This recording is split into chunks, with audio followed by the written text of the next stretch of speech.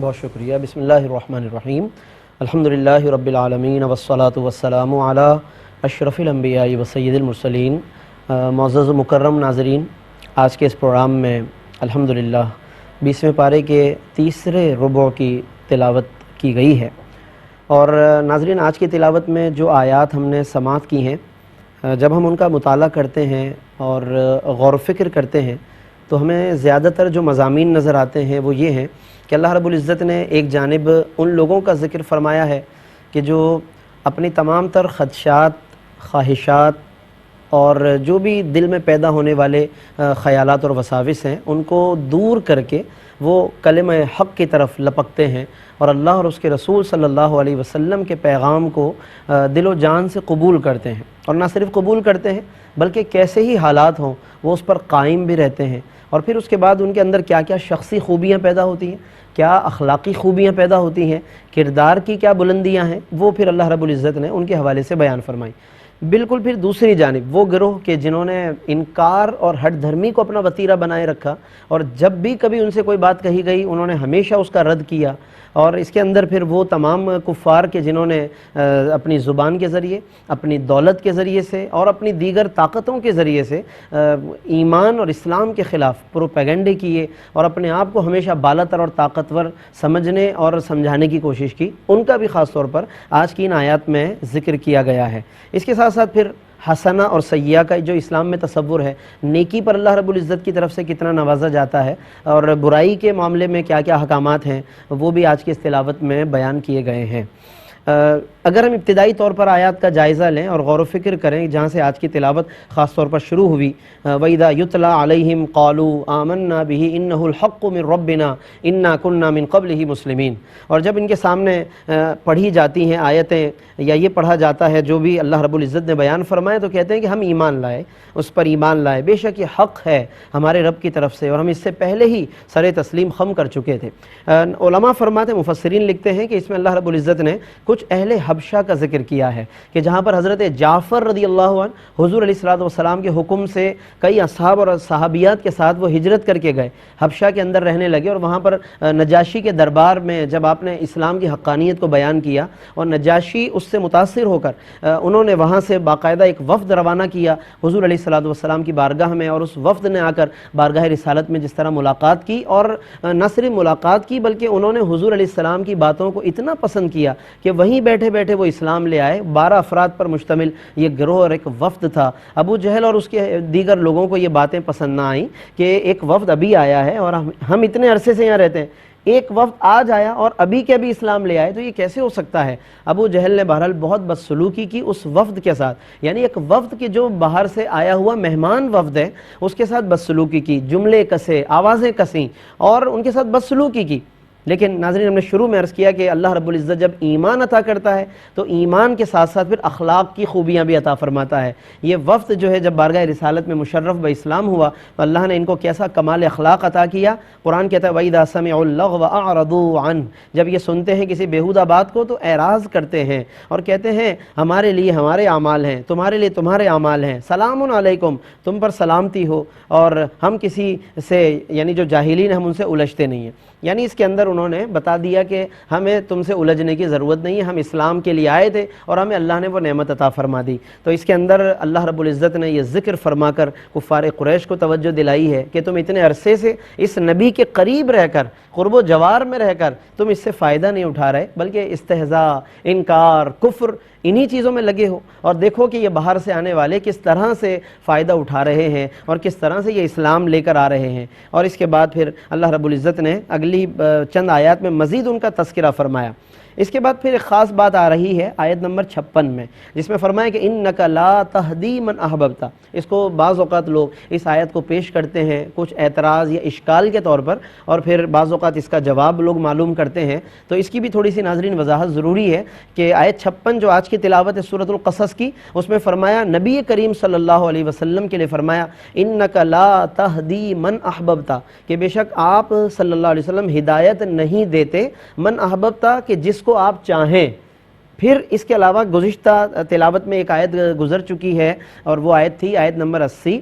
سورۃ النمل کی، کہ جس میں فرمایا کہ وَمَا أَنْتَ بِهَادِ الْعُمْيِ عَنْ ضَلَالَتِهِمْ، آپ جو ہے وہ اعمیٰ کو یعنی کہ جو نابینا ہیں، دل کے یعنی جو نابینا ہیں، آپ انہیں ان کی ضلالتوں اور گمراہیوں سے نکالنے والے نہیں ہیں، ہدایت دینے والے نہیں ہیں۔ تو ان دو آیتوں کو عام طور پر پیش کر کے لوگ سوالات کرتے ہیں کہ پھر نبی کریم صلی اللہ علیہ وسلم کو جو ہادی اور رہبر کہا جاتا ہے وہ کس معنی میں ہوگا؟ تو یہاں ناظرین تھوڑا سا ہمیں یہ سمجھنا چاہیے کہ جن مقامات پر قرآن نے یہ فرمایا کسی بھی نبی کے بارے میں کہ ان سے ہدایت دینے کی نفی فرمائی، تو اس سے مراد ہے کہ ذاتی طور پر وہ ہدایت دینے والے نہیں ہیں، یا ہدایت کو پیدا کرنے والے وہ نہیں ہیں۔ ہدایت پیدا کرنا اللہ کا کام ہے، نبی ایک وسیلہ ہوتے ہیں، انبیاء ایک ذریعہ ہوتے ہیں، اور وہ جب ذریعہ بنتے ہیں تو پھر اللہ تعالیٰ ہدایت کو دل میں خلق فرما دیتا ہے۔ اس کی تائید کہاں ہوتی ہے؟ سورۃ الشورى میں آیت نمبر 52 سے، کہ جس میں اللہ فرماتا ہے، نبی کریم صلی اللہ علیہ وسلم سے خطاب ہے، فرمایا وَإِنَّكَ لَتَهْدِي إِلَىٰ صِرَاطٍ مُسْتَقِيمٍ،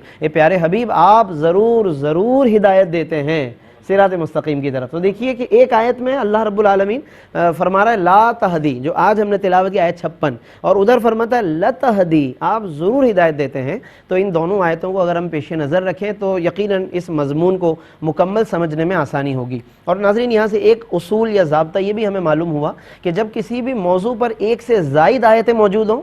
کسی ٹاپک پر ایک سے زائد احادیث اگر آئی ہوں، تو دیانتداری یہ ہے کہ اس ٹاپک پر وہ جتنی آیات اور احادیث ہیں ان سب کا مطالعہ کر کے پھر ایک نظریہ قائم کیا جائے۔ اگر ہم ایک آیت پڑھ کر ایک نظریہ بنا کے بیٹھ جائیں تو پھر ہمیشہ یہ تنازع رہے گا، ہمیشہ اختلافات رہیں گے، جھگڑے رہیں گے یا غلط فہمیاں رہیں گی۔ لہٰذا اگر اس سے ریلیٹڈ اس مضمون پر کوئی آیت یا مزید کوئی حدیث یا مزید کوئی روایات ہیں، ان کو بھی ہم ساتھ ملا لیں، اسٹڈی کر لیں، پھر تمام باتوں کو سامنے رکھ کر پھر آپ دیکھیے کہ اس سے یقیناً بات کو سمجھنے اور سمجھانے میں آسانی ہوگی۔ علم غیب کے حوالے سے اگر میں ایک بات عرض کروں، جب ہم نے 20ویں پارے کی تلاوت کا اسی پروگرام میں آغاز کیا تھا تو وہاں پر ایک آیت آئی تھی کہ قُلْ لَا يَعْلَمُ مَنْ فِي السَّمَاوَاتِ وَالْأَرْضِ الْغَيْبَ إِلَّا اللَّهُ، اللہ فرما دیجئے حبیب صلی اللہ علیہ وسلم کہ اللہ کے سوا کوئی غیب نہیں جانتا۔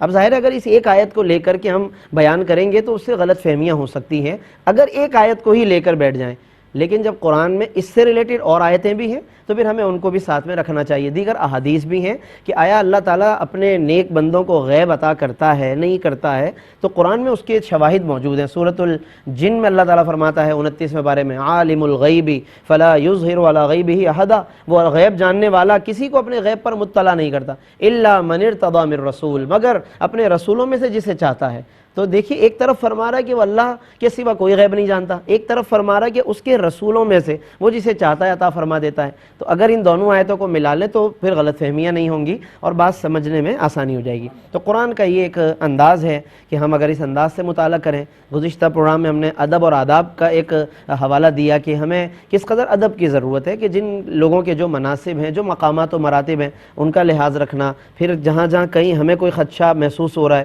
تو پھر تمام آیات یا تمام روایات کو ہمیں دیکھنا چاہیے۔ ناظرین اس کے ساتھ ساتھ پھر اس میں اللہ رب العزت نے کفار کی کچھ ایسی سوچ بیان کی کہ جس کی وجہ سے وہ ایمان لانے کے معاملے میں جس کو گویا کہ بہانہ بنایا کرتے تھے، کہتے تھے کہ جی اگر ہم ایمان لے آئیں آپ صلی اللہ علیہ وسلم پر، اگر ہم ایمان لے آئیں تو یہ جو دائیں بائیں دور و دراز دیگر قبیلے ہیں، ہمارے ہم خیال ہیں، وہ تو سارے ہمارے خلاف ہو جائیں گے، ہمیں اکنامیکل پرابلمز ہوں گے، پھر معاشی بائیکاٹ ہو جائے گا، پھر ہم کہاں جائیں گے سارے کے سارے۔ اللہ رب العزت نے پھر ان کے بھی خدشات کا ازالہ کیا ہے کہ اللہ رب العالمین کے ہاتھ میں ہے ساری چیزیں، اور اصل چیز ہے ایمان لے کر آنا۔ ایمان کے بعد پھر اللہ رب العزت اس کے اندر کس انداز سے راہیں کشادہ، آخر یہی کفار قریش ہیں، انہیں سورۃ القریش کے اندر فرمایا کہ ایلافہم رحلۃ الشتاء والصیف، کہ وہ رب ہے کہ جس نے تمہیں سردی اور گرمی ان دونوں موسموں میں الگ الگ تجارت کے سفر کرنے کے راستے سکھا دیے۔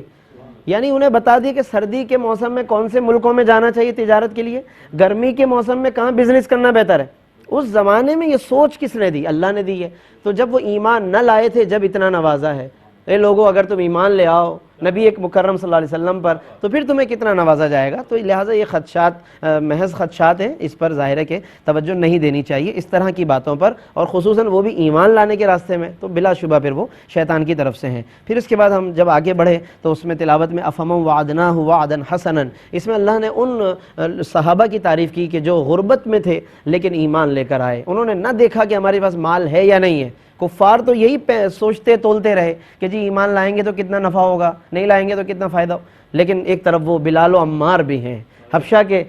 بلال حبشی بھی ہیں، عمار ابن یاسر بھی ہیں. کوئی نہ سوچ نہ تردد اور نہ کوئی غور و فکر، بس آقا دو عالم صلی اللہ علیہ وسلم کی غلامی میں انہوں نے اپنے آپ کو وقف کر دیا. تو ان کا ذکر کر کے بطور خاص اللہ نے بتایا کہ یہ ان مالدار کافروں سے افضل اور بدر جہاں بہتر ہیں. پھر ان کفار کا انجام بتایا کہ وہ قیامت کے دن کتنے بے بس ہوں گے، ان کے بت کتنے بے بس ہوں گے، کوئی جواب وہ نہیں دے پائیں گے، نہ کوئی فائدہ پہنچا سکیں گے. پھر ان کفار سے جو پوچھ گچھ ہوگی اس کا بیان کیا کہ ان سے پوچھا جائے گا کہ رسول جب آئے تھے تو تم نے کیا سلوک کیا ان کے ساتھ، کیا تم ان کے ساتھ کرتے رہے. یہ تمام باتیں اللہ رب العزت نے بیان فرمائی. پھر اپنی قدرت کو بیان کیا کہ دیکھو کہ ہم نے تم پر رات بھی طلوع فرمائی، دن بھی تمہیں عطا فرمایا. سوچو کہ اگر رات ہی رات ہو جائے تو کتنی مشکلات ہوں گی، دن ہی دن ہو جائے رات نہ آئے تو پھر کتنی مشکلات ہوں گی. وہ اللہ قادر و قیوم ہے جو دن لے کر آتا ہے پھر اس میں سے رات لے کر آتا ہے، رات لاتا ہے تو پھر دن کا اجالا لے کر آتا ہے. یہ اللہ رب العزت ہی کے ہاتھوں میں ہے.